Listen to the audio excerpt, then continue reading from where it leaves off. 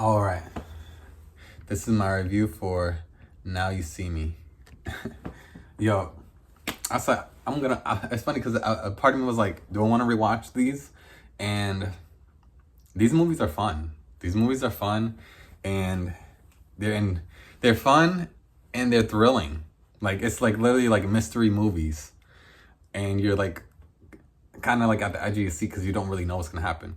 I mean, I feel like if you watch these movies, like, and I remember part two. I don't remember part two that much, but I remember that I liked it as well. A part of me was gonna say part two wasn't as good as the first, but I still remember. After watching part one, I feel like I remember a bit of part two, and I remember it was still fun. Like I just remember it still being good. I don't remember it being like let down or anything. So hopefully part three is gonna be awesome. But this first one is so good. I always remember part one being like super good though.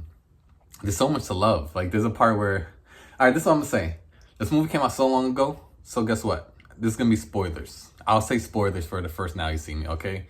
But anyways, all I'm gonna say is this movie works so well on a rewatch because if you know, you know. The detective Mark Ruffalo, he's in on the trick, you know. And the whole movie they always talk about, you know, what do you call, if you're looking too close, then you're not gonna see the trick, you know. You're not gonna see the trick. And it's interesting. I have my I'll do it later. But I have this levitation thing where I can levitate a card, and I have this little trickery box that I'll show at some point. But I want to master it. But I'm pretty good at it. I could show something at it, but I won't right now. Maybe later. Maybe in the middle of the video I'll put it in there.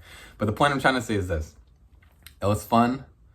This is one of the first movies I remember seeing Dave Franco and be like, oh, I love this guy. This is where he really gets to shine with his charisma and just his cool quirkiness, and he's just cool.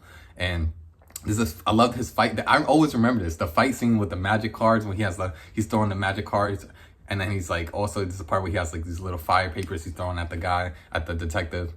Like that whole scene was great. That's what I'll say. The chase scenes in these movies. This is the first one. I gotta rewatch the second one too. But the point is, the chase scenes are so good. Like the chase scenes are like, they rival like mystery movies and like I don't want to get people mad by saying this, but like James Bond. But like James Bond has really good chase scenes. But what I'm saying is, the chase scenes in these movies are like they're on a level. Like they're like on a level. Like you watch his chase scene and you're like, oh, is that it? No, this whole movie is basically like a chase scene. The whole movie, but it keeps you like, it keeps you entranced in it. So I did enjoy it, it's crazy this movie's so fun. And I remember when it started, like I was thinking like, it's not that I didn't want to watch these movies. It's just that I didn't know if I had time because I know I really wanted to watch the new one. But then a part of me is like, I really want to watch the old ones. I haven't seen it in so long. And I didn't know if I was really gonna feel the same way. But as soon as it started, like I was smiling like the whole movie. I was like, yo, this is it's fun. It's so fun. Like, and like with the magic, because I like magic too. I like magic and I like showmanship. And these magicians, magicians are showmen. You have to be a great showman to be a magician. And sleight of hand, all these different things, you know.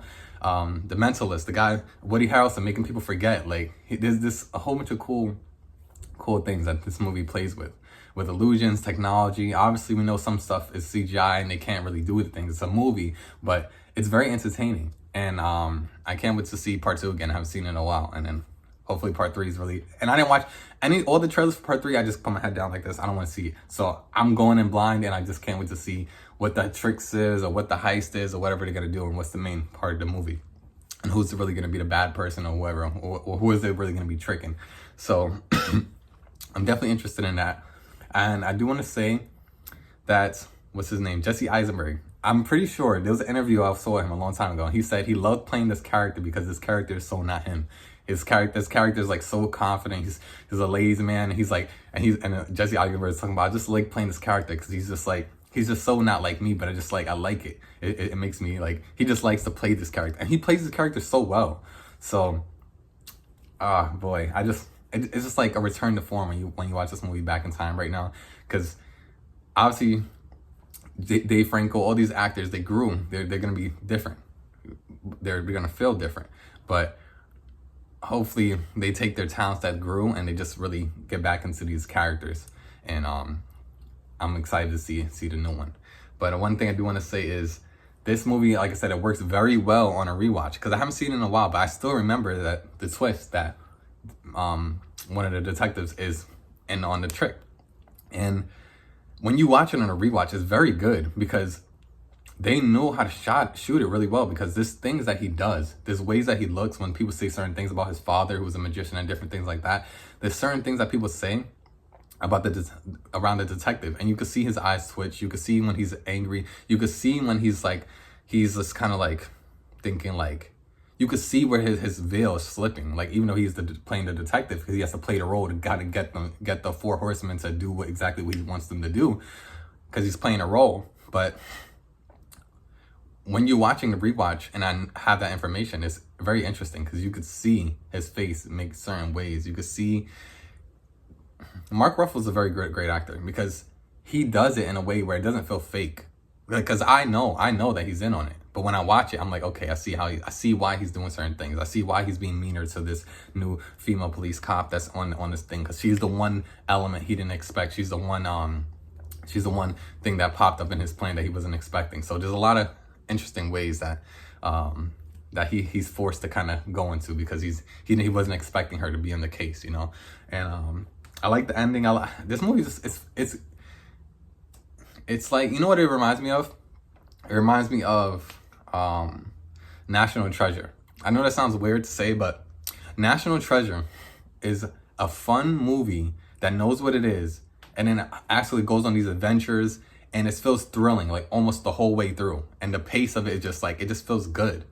And I think this is almost like a magic National Treasure, what I'll say. That's kind of the vibe I feel. Like, if I had to really pinpoint the feeling this movie gives me. And it doesn't really matter. The movie came out so long ago, but if someone said, hey, you have to grade this out of 5 stars, I'd give this a solid like 4.5. Like, I really enjoy this movie. Like, I can't even think about why I don't want to give it a 5 other than just not giving it a 5 for 5's sake. And I don't want to just say for 5's sake. Like, honestly, I give it a 5. I give it a 5 because here's the thing. Like I say multiple times in my reviews, it's my experience. If my experience is a 5, I can't lie. Like, the whole movie, I was smiling. I was laughing. I was like enthralled. I knew certain things that was going to happen, but I was enjoying the ride. And then I love magic too, so it really works out. And one quick short story. I remember me and Shorty, we was in Las Vegas. And there's a part when they're in Vegas, and I was thinking about something. Because we know, obviously, I could say magic isn't real. But hey, it's not real. But the point is, people just like to believe. We like to feel that thing, you know? And we were at this spot in Vegas. This guy, he's in front of this veil, this big curtain, and it's just him. And then he just, out of nowhere, he just goes like this, and then like the curtain lifts up, and it's like 2 big monster trucks and like 2 beautiful women on the end of them. And like, obviously, and when I think about it, I'm like, okay, he most likely had the monster trucks slowly lifted while we weren't, but it was so fast. The curtain opened, there was nothing there, and then there was 2 big monster trucks, and it was just like, obviously that's that's just like practical, however he got it there. But the point I'm trying to make is a feeling that it gets you, like the showmanship of him being like, oh, and then like a freaking thing, you know? And yeah, but I'm gonna let me see here. I don't have it right now, but this is what I'll do. Because I have this trick that I can do, and I want to do it, but I don't know. I'll see if I want to do it. I'm thinking about it. If this cuts and you see me doing a trick like this, maybe I'll do it. Maybe not, but I'll leave it open-ended. I'm gonna go see part 3, so at some point, so maybe I'll keep practicing my trick, and then for Now You See Me 3, I'll show you my trick. Is probably what I'll say. Is what I'll do. I think that's the smartest thing for me to do. Maybe do it in the last one and just have fun with it. It's the levitator. Where's it at? So Shorty knows I like the magic. So we was walking in this nice spot, and then she took me to this little, she took me to this spot, and then she got me this this guy he did the trick, the levitating trick, and we got it, and it has a CD in it, like old school, and they also have an email where you're part of a whole bunch of like magician groups and stuff. I didn't join the whole thing, the whole like kind of Discord thing with the email. I didn't. But the point is, I like this, and my card fell out. But the point is, I'm gonna do this. I'm gonna practice it, and then most likely, in the last one of Now You See Me 3, I'll show you guys the trick, and I'll show you the magic. So yeah, but let's look forward to that. Maybe in the Now You See Me 3 review, I'll do it in the beginning and the end, or maybe the second review. Actually, I don't know. I'll do the 3 because I'm really gonna practice it, and I'm a body for the 3rd review. That's what I'll say. So look forward to that. If you are following me and just checking out my reviews for Now You See Me, by the time we reach the Now You See Me 3, I should have a trick to show in the first, beginning, and the end of the review. But anyways, it's Dejo, know the name. Spread love and light. Take care. And this has been awesome. And now you see me, now you don't.